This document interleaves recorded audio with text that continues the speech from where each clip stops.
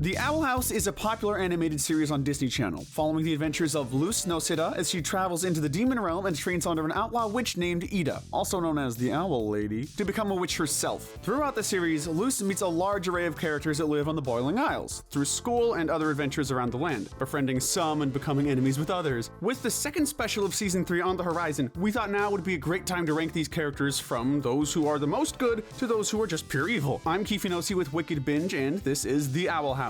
Good to evil.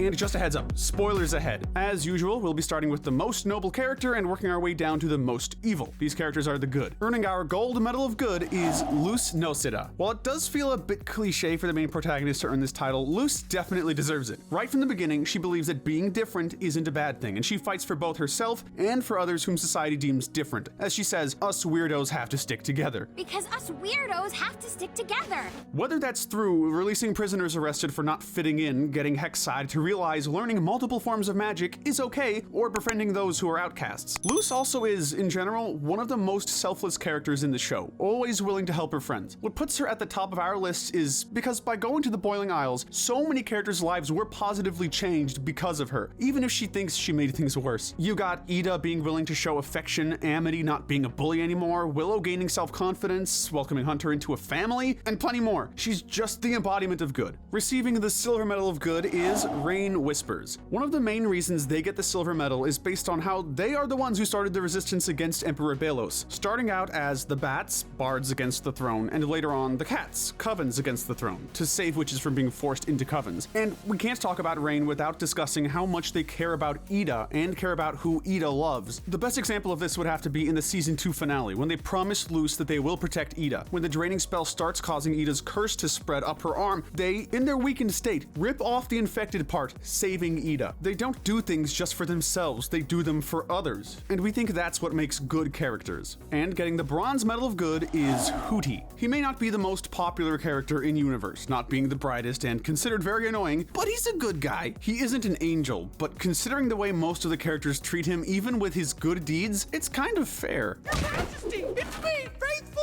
old Hootie! He just always wants to be a part of something. He wants friends that will listen to him. It's also very clear that he cares about everyone who lives inside the Owl House, which makes sense considering he is the house's security system. He's protected the house from invaders, ironically by trying to play with them. He always wants to help and takes his job as protector seriously, and will even sacrifice himself to save those he loves. Can't forget when he helped his housemates solve their problems, albeit by failing at first. Hootie is very caring, and we believe he deserves this spot on our list. Next up is Willow Park. She starts off the series as a shrinking violet, with Gus as her only friend, but as the series progressed, she bloomed into a strong character who is more willing to speak her mind and be proud of her own abilities. Because she was bullied, Willow, before and after Luz came, would befriend those who had seemed weak. She was the one who taught Gus the breathing exercise when she saw him after he was used by students for an assignment, and she told Hunter not to judge the flyer derby team just because they seemed inexperienced. Willow tries to be the tough one of the Hex Squad, to be the shoulder to lean on when her friends need it, though she learns that she's allowed to lean on them when she needs it too. She's definitely on the good side. Now we get to Gus Porter. He's Luz's second friend from Hexside and is also friends with Willow, as mentioned earlier. He's super helpful, which unfortunately many people took advantage of. He's enthusiastic about his interests and is willing to befriend people who've wronged him or his friends in the past, like Amity, Mathalamule, and Hunter. So if you want to get out,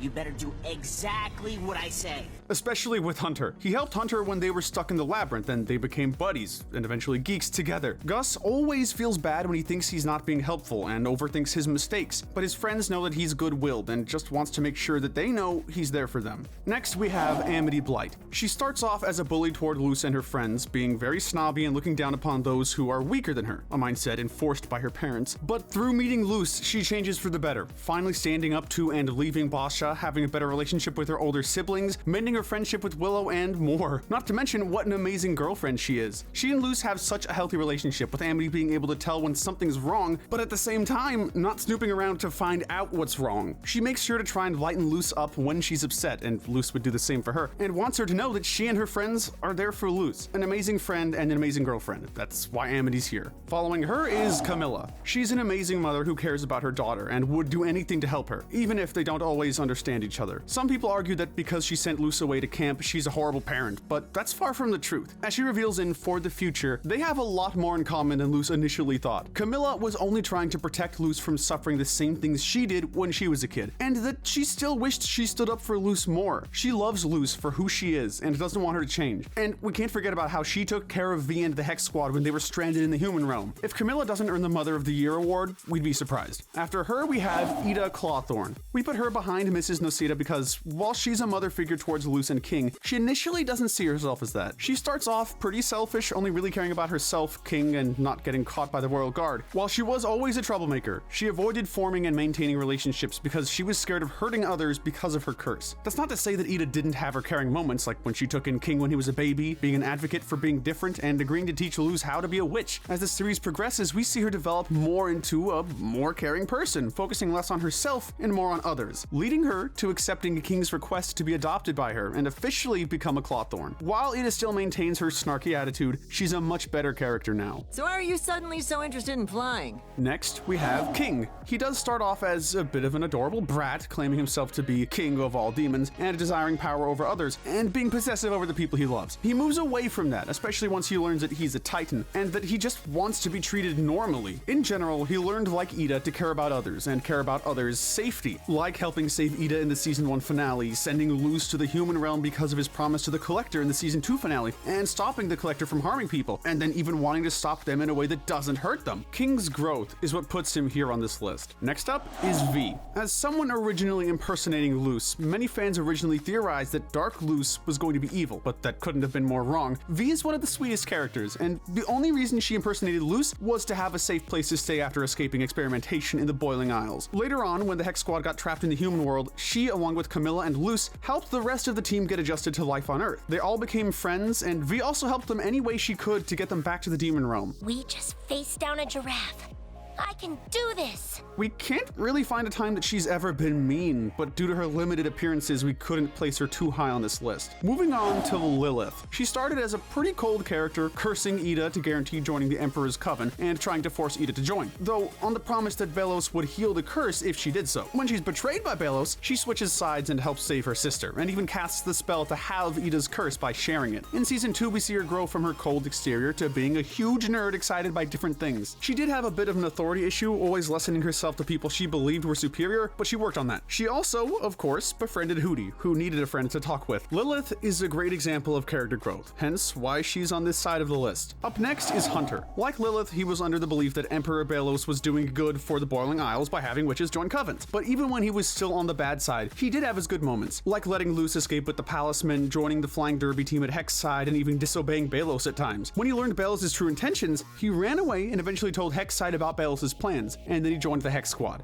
He was just perfecting sigil magic. He does have trouble expressing how much he appreciates what his friends do for him, which is understandable considering he grew up in a household that never showed love nor affection, but he was able to do so when Willow needed it the most. Either way, Hunter cares deeply about his friends and his found family, and is now such a better person than before. Ranking next is, or are, Mr. and Mrs. Clawthorne. We're putting them in the same spot based on how few appearances they've had to fully flesh out their characters. For Mrs. Clawthorne, she was a bit overbearing over Odalia's curse, making her neglectful towards Lilith, but she comes through when she realizes how much both actions have hurt her daughters. As for Mr. Clawthorne, while we don't get much, he wants Odalia to know that he doesn't hold it against her for permanently injuring him because of her curse, and that he still loves her. Even though we don't see either of them much, it's clear that they just want their daughters to be happy. Next is Principal Bump. In the beginning of the series, he was painted as being very strict and against anything that would differentiate from the norm. Those who didn't follow the rules would either go to the detention pit or were in the detention trap. That changed once he allowed Luz to go to Hex side, and he became much more accepting and willing to protect his students from those who would want to hurt them, even risking himself during both the Day of Unity and when the Collector took over the Boiling Isles. Not to mention, he was less strict than Hex side's previous principal, and actually wanted his students to succeed. What a concept. Moving on to Edric and Amira Blight, Amity's prankster older siblings. They enjoy teasing their little sister and play pranks on her, and really horrible pranks at that, like planning to share her diary to the entire school just because Amity was too too uptight. And while Amity kind of deserved it at the time, now knowing Amity kept a lot of her true feelings cooped up, it would have been horrible for her. But they do still care about her and apologize for trying to read the diary. And we still apologize every day. They even helped by giving Amity advice and help when she needed it, and were willing to help Ida as well. Once Amity starts reforming, they're great siblings, just wanting Amity to loosen up and be happy.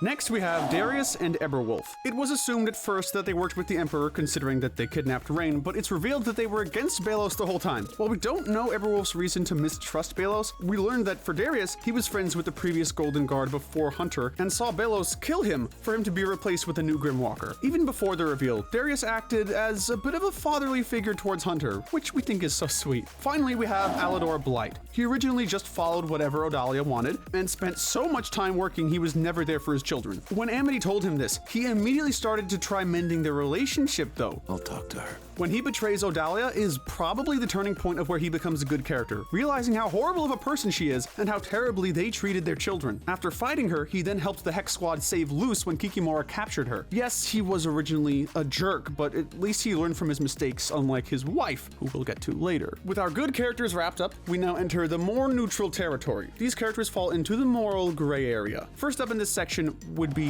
Basha. She's a bully who looks down on those she considers weak, being one of Willow's main bullies.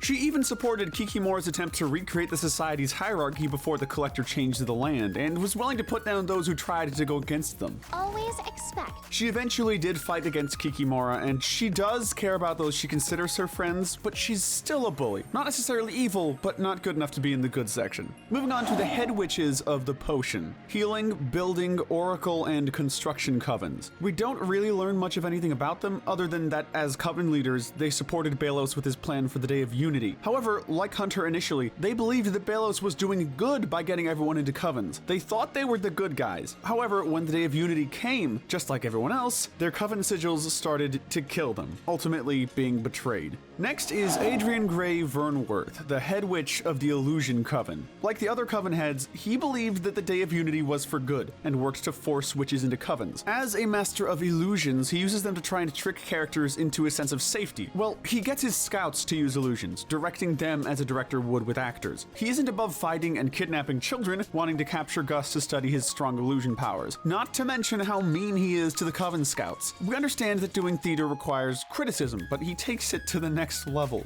Following him is Terra Snapdragon, the head witch of the Plant Coven. As with the previous head witches, she believed Bellows was good. However, we did get to see her reaction when the Day of Unity spell worked, realizing Bellows' real plan too late. But even beside that, she's a very snappy character. We see her use tea to mess with characters' memories, and she's also very violent, even towards children, though at least stops when told it's illegal. Nevertheless, Terra still makes it into the morally gray section for being fair at times, and her actions are still tame compared to those of others. And last up in the gray area is the Collector. They fit in perfectly with this section because they don't seem to have any morals. They do whatever they're told with the promise that they will either be freed or that said person ordering them will play with them. He's very much like King at the beginning of the series, being very possessive toward those he's friends with and being selfish at times. He considers turning people into dolls not as an issue, that it's not hurting them, which, while technically true, is still pretty bad. But to those he cares about, like King, and trusts wholeheartedly, it's made clear that the Collector is just a lonely child who wants someone to play with. That doesn't make forcefully turning people into puppets to play with them okay, but he isn't trying to be evil. He's just literally a child.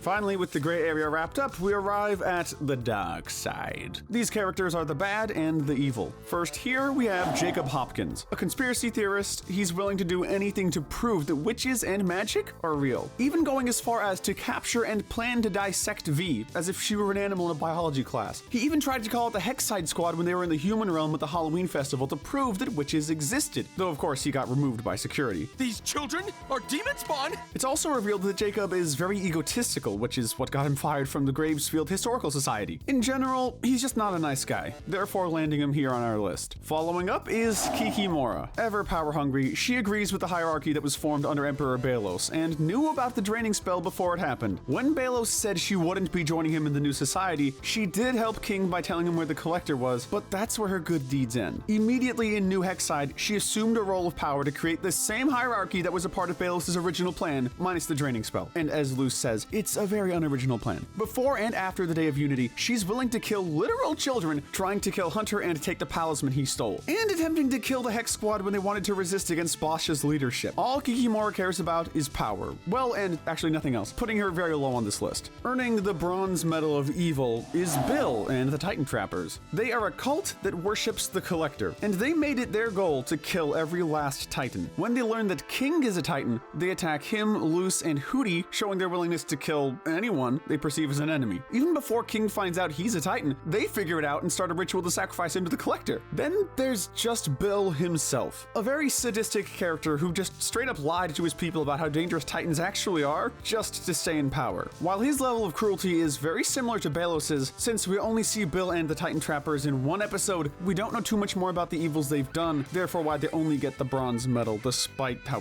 freaking bad they are. Receiving our silver medal of evil is Odalia Blight. If there were an award for being the worst mother, she would definitely win that too. She's controlling and abusive both towards her kids and her husband, threatening Amity to do what she says or else she'll get her friends expelled, not giving her husband any days off, and when he was sick, she fired his entire staff and then complained that production was slow, and grounding her kids just because they disagreed with her. She only cares about status and being at the top of society. She even knew that Bellows was using her husband's abomatrons to gather everyone for the draining spell on the Day of Unity, but went with it, in the hope that Bellows would spare her and her family for supporting him. Odalia couldn't care any less about others, as long as she gets to be at the top of society. She's just awful, but there's one character who's the worst of all. Finally, the winner of the Gold Medal of Evil is Emperor Bellows, or previously known as Philip Wittebane. There was no doubt that he would be at the top of our evil portion of the list based on his horrible beliefs and disgusting actions. He murdered his brother, claiming he was saving him since Caleb fell in love with a witch. He then proceeded to make clones of his brother, the Golden Guards, and killed said clones when they realized his true plans. He's more than willing to sacrifice others to get what he wants, tricking people to help him and then sacrificing them to a beast so he can find the Collector. And you're going to help me,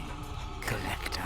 He used fear tactics to get people to make him leader and formed a society that feared people who didn't fit the mold. And said society was a part of a plan to decimate the entire witch population, all because he believed that humans were superior to witches. There honestly isn't a character in the show that's more vile than him, earning him this spot pretty easily. With our morality spectrum complete, let's wrap things up with our sinner medals. The Darwin medal goes to Hootie. He may want to help, but as I say, he's not the brightest book in the shed. For Titan's sake, he ate the important letter that was meant for King. The Wrath medal goes to Bellows. He's so focused on hunting innocent witches because they stole his brother away from him, and because Lilith punched him in the nose. That sounds like wrath to us. The Greed medal goes to Odalia. Her focus on status and always wanting to be placed higher and higher in society, even when she's already pretty close to the top, shows her greed. The Envy medal goes to the Collector. They're possessive over King, not wanting him to have any friends besides them, and then got angry when Bellows lied to him about King's loyalty and seeing King's friends come to rescue him. The Pride medal goes to Ida, or at the very least, Season 1 Ida. She was the self-proclaimed strongest witch in the Boiling Isles, overconfident in her skills, both in magic and other activities. But let us know in the comments section what your thoughts are. Who do you think are the most heroic and evil characters in the Owl House? Make sure to hit that notification bell and binge our other good to evil videos. But most importantly, stay wicked.